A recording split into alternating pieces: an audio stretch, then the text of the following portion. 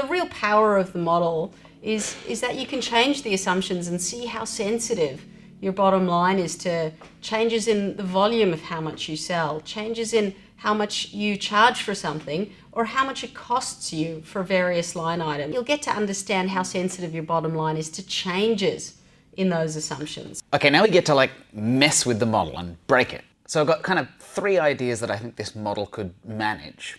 One is going super fancy, you know, like healthy cheesecake and tea, something that we can sell for more than a muffin. 2, selling in bulk. Maybe we could sell like hundreds of muffins at a time to corporate customers. And finally, maybe we can just get rid of our biggest expense, the humans, and make like a muffin vending machine.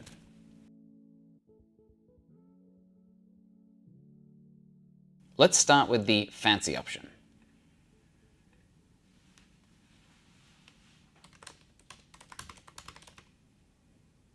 First, I'm just going to find and replace all instances of muffin with cheesecake. Now, let's just break the model down. We know that the maths is going to work, so now we can just break the assumptions and see what happens on the other page. I'm going to assume that our trading times are going to be much of the same. But let's assume that we can sell a cheesecake for like, I don't know, $12 a slice. And again, I'm keeping that logic of like increasing prices year on year. I'll keep our tea price roughly the same. And the cool thing about this is we don't need a coffee machine anymore. Now, just by doing that, when we look at the EBITDA, we can see that we're somehow making $136,000 in the first year. If we compare that to the muffin shop where we made $10,000, $30,000, and $60,000, 130, 170, and 220 sounds amazing.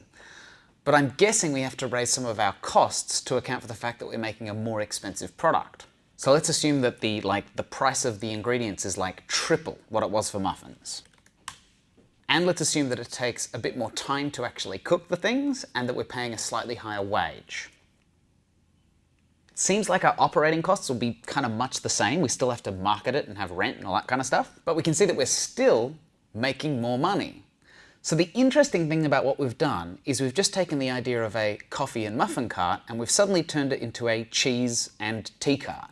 If our goal is to make money, then who cares what we're selling? We're making money. But this does throw up a whole bunch more questions. Can we actually make a nice cheesecake? Is that actually how much it costs to make a cheesecake? Could we just buy the cheesecake from a vendor instead of having to make it ourselves? All right, let's try again, but instead we'll do the selling in bulk idea. So we'll go back to muffins, we'll make a copy of the spreadsheet and mess with the numbers. So what I'm going to do now is basically change our unit economics. We're going to just get rid of all the line items that relate to coffee entirely and change muffin in the singular sense to like a pack of muffins. Maybe it's got like a dozen or 50 muffins in it. So just by deleting the coffee items, we can actually see that we lose $23,000 in the first year. That already tells us that selling coffee alongside our muffins is what makes the business viable in the first place. So to make up for that loss by not selling coffee, we have to sell heaps and heaps of muffins. So let's assume that we're selling a dozen muffins at a time. If we were selling them for $4.50 each, we'll just times that by 12. Now we've got to wonder how many packs of muffins could we sell per hour? Maybe this is just like, I'm sitting on the phone calling corporate offices every single day to be like, hey, would you like to buy a 12-pack of muffins every week for your team? I'll have like, I don't know, Muffin Mondays or something like that. At which point, maybe I'm on the phone like 6 hours a day, and maybe I can sell one every hour. We'll assume the ingredient cost is greater because we are making more muffins, but it'll go down because we're going to buy ingredients in bulk.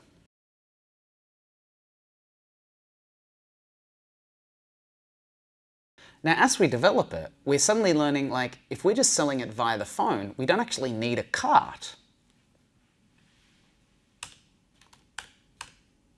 Which suddenly saves us $15,000 in capital costs. What if we could just get rid of the kitchen equipment as well? Suddenly it sounds like we're just like a middleman that sells someone else's muffins in bulk to corporate offices, and maybe we're doing like nice packaging, or we're making the delivery really simple. So I'm just going to get rid of the idea of packing up or packing down, and no one's going to man a coffee cart. So all we have is someone driving around delivering muffins, and then someone else just calling people and selling them muffins every day. The fun thing about this is we've just dumped in a bunch of numbers that we think are vaguely plausible, and we get to go and see how the numbers actually turn out at the end. We've created a confusingly profitable business. It seems like we make $350,000 in the first year. That sounds nuts. Let's figure out what we broke. My gut feel is that the muffin ingredients that are killing us. Now, we could call someone up and say, how much will 12 muffins cost, please, in bulk? And they'll tell us. But I'm just going to guess it's probably going to be like 20–30% cheaper than whatever we sell it to other people.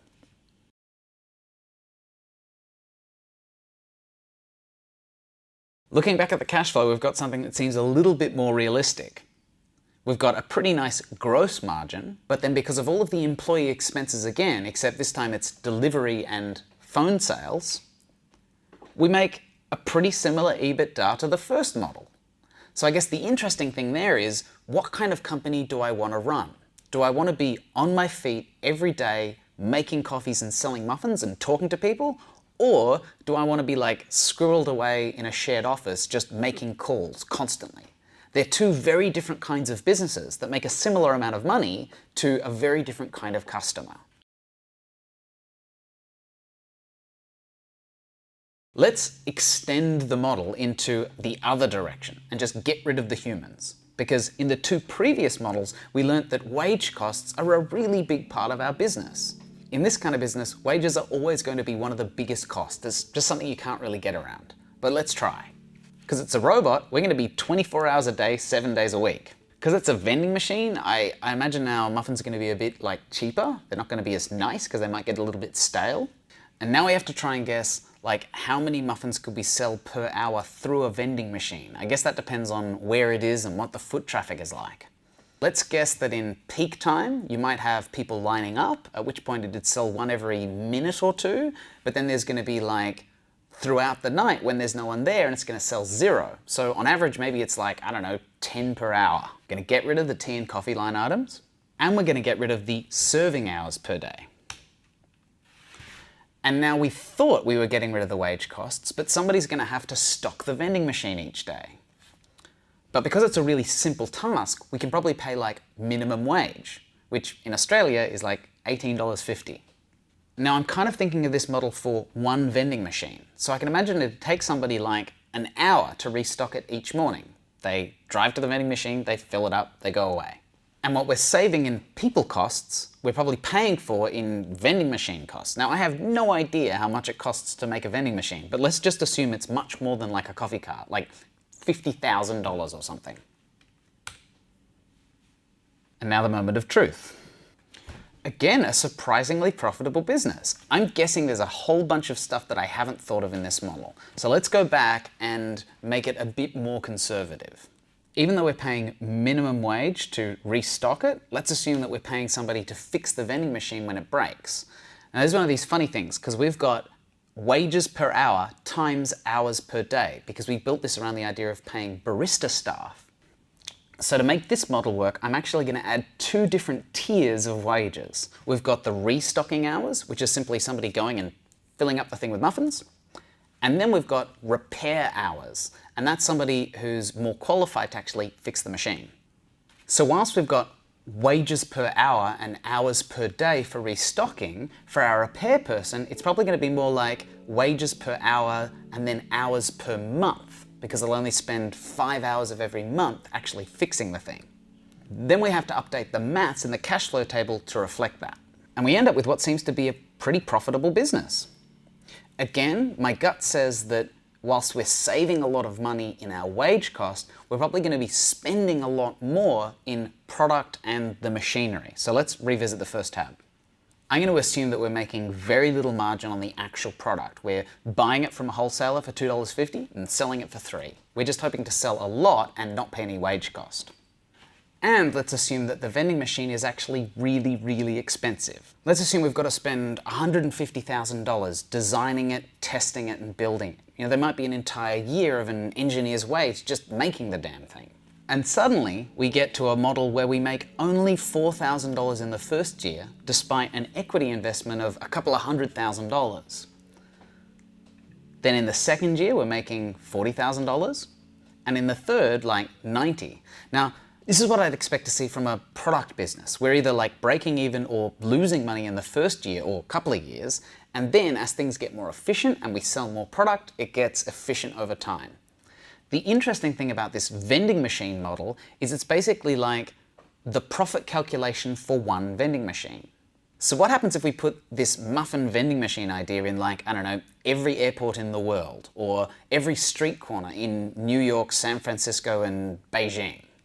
Okay, so I'm just going to take our EBITDA for a single vending machine and multiply it by many vending machines. There's a bit of like magic that I'm doing in this with dollar signs. Just Google locking cells in Google spreadsheets to understand what I've done. So to explain it simply, I basically just timed our first, second, and third year EBITDAs by a number. 1, 2, 3, 4, 5, etc. If we scroll down, we can see that at 44 vending machines, we're making 180K in the first year, 1.9 million in the second, and 3.9 million in the third. These are crazy numbers, and they don't make any sense. So in a few minutes, we've planned out like 3 very different stories for our business, which means 3 very different like job descriptions. Do I want to be like making coffee every day of the week? Do I want to be on the phone selling muffins to corporates, or do I want to become a vending machine repairman? Like, these are really different jobs, and I get to ask myself, like, what do I want to do with my life based on these numbers? And lastly, it's 3 different experiments that I can go and work on tomorrow. I can see how much it costs to actually make cheesecake.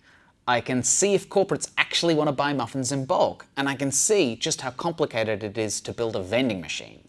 And the nice thing is that all of those expensive options have cost me 20 minutes in front of a spreadsheet. So before you set up your business, you want to keep iterating and improving your model until you think it's as accurate as it can possibly be based on all the information you know. You might not have all the answers, but now you know the questions you need to ask to get those answers. If you don't know what certain operating costs will be, you know what you've got to do to figure it out. You can figure out who the people are you've got to talk to. You know you can potentially go online and do some reference checking and some searches. You can go talk to potential customers to understand their experience. There's a great sense of achievement when you've actually built a model and it works really well. That really functions and tells the story of your business. Before you set up a business, you will need that model, and having an accurate, robust, viable model gives you the confidence you need that your business actually makes a lot of sense.